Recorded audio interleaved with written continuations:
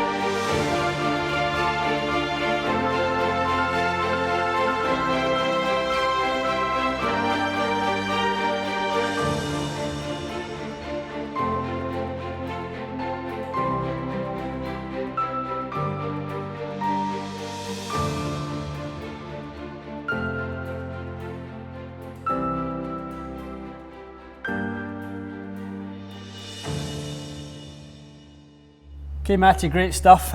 Interesting test. I think that was, in a way, what we thought would happen, but there was a couple of surprising heads in there for us. What was your sort of take from it as the one kind of hitting the shots? So obviously, I've hit all of these before. Yeah, you have, that's right. So my experiences with the M3 and the Sub-Zero, my experiences with them were that they were always the lowest spin. Yeah. The Cobra was always good, but not like super low spin. Actually, sorry, I should be clear. I haven't hit the LST. I was going to say that was the one. I haven't hit this one yet. We always done so well with the G400 Max that we never hit that one. And I actually haven't hit the D3 of this either. Okay. So feel wise, when I hit the M3 and the Rogue, I could feel and see right away. The ball just dove out of the air, and we got basically no spin. No spin. Significantly less. Just like completely off, like unusable, basically. Now, I mean, obviously for someone, this is where we're going to start to segue into how this could help you guys. If you are a little steeper and you are a higher spin player, those are great clubs for you. But for me, obviously, I'm a little more shallow. I don't generate enough spin to use them, but it's perfect for someone who generates a lot of spin. I mean, what's that percentage? That's like 30-40% less spin than the other clubs in that range. Yep. Quite a lot. I mean, it's a good 600-700 RPMs less than, the other ones are pretty low at 2,000, 1,800, definitely. And 1981. But 12, 17, 13, 14 are just too low. They're not manageable. They're not functional. And you can actually see that from the purple and yellow graphic on the bottom. There's no flight to it. Oh, they just dove out of the air. So if we say that the best one you hit was probably, what do we think? Well, the Cobra was pretty good for launch conditions. It was, yeah. Launched the highest with good spin. You probably felt like you hit the ping. This was by far the best. So you felt like you hit that one the best? We're getting a little segued here, but the amount that this sits open, and you mentioned that as well, it sits quite open at address. My dispersion with that, and to be fair, the Cobra was good too. Cobra's good too. My dispersion with the LST, I found 4 out of the 5 shots were almost identical. With one just drawing a little bit more than the others. But, and you also mentioned it's sitting open. It's sitting very open. Probably delivering a little bit more loft, which is why that spin was a fraction higher. Through face angle, so it maintains that loft because the face points left for longer. But very good, consistent. I mean, I really like that. Having not tried it before, that was really, really nice. The one thing I love from this, and we're going to show a little image of the strike points. Yes. The Cobra was probably struck in the best spot for you, which was upper heel, which actually is not for most people the best place to strike it, but for you, Matt, that actually is a good place to strike it. Yeah, it was kind of right there, basically. So you get a little bit more loft and you get a fraction more spin from that upper heel. Just a bit. Yep, so that actually works for you. The thing I love when I look at this is, I love to see separation of launch and spin. So for me, it's great to see that there are 2 heads out there that can launch about the same, 11.1 and 11.2 TaylorMade in the ping, but can provide 700 RPMs of difference in spin. That allows me as a fitter so much scope to help a player. So where I can go, okay, your launch is fine, but we need to slash that spin rate. For sure. Let's go towards the TaylorMade. Okay, your launch is fine, but we need to add spin. Let's go towards the ping.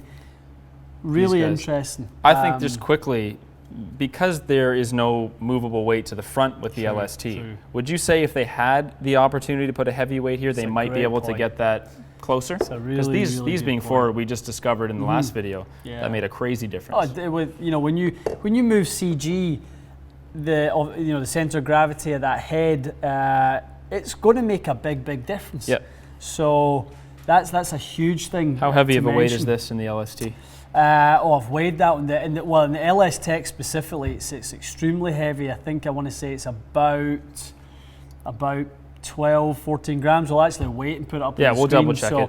I know the weight in the G400 Max is quite a lot less because I've messed around with switching those out. But I want to say that's certainly about 12 grams. So take these two as an example. If you could move that 12 grams here, the way we did with the Cobra, I bet you could slash a few hundred more off the LST. For sure. But that being said, we've identified it as a good low spin, but not super low spin. Yeah. M3 with weights forward and Rogue Sub-Zero with the heavier weight forward the way you did it. Yeah. Those are by far the lowest spin, no question.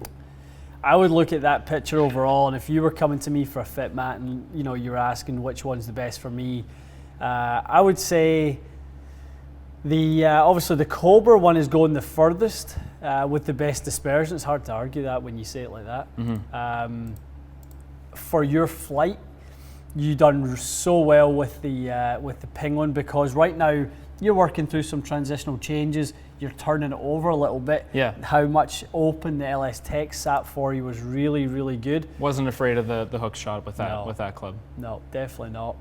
But yeah, no, the consistency of that Cobra one was excellent, and you actually really liked that one last time you hit it as well, didn't you? Yeah, again, this is important to say, like, I've been working with my swing quite a bit, so it was good the first time I hit it, and then it wasn't great in my fit, which was probably when I was struggling with my swing the most.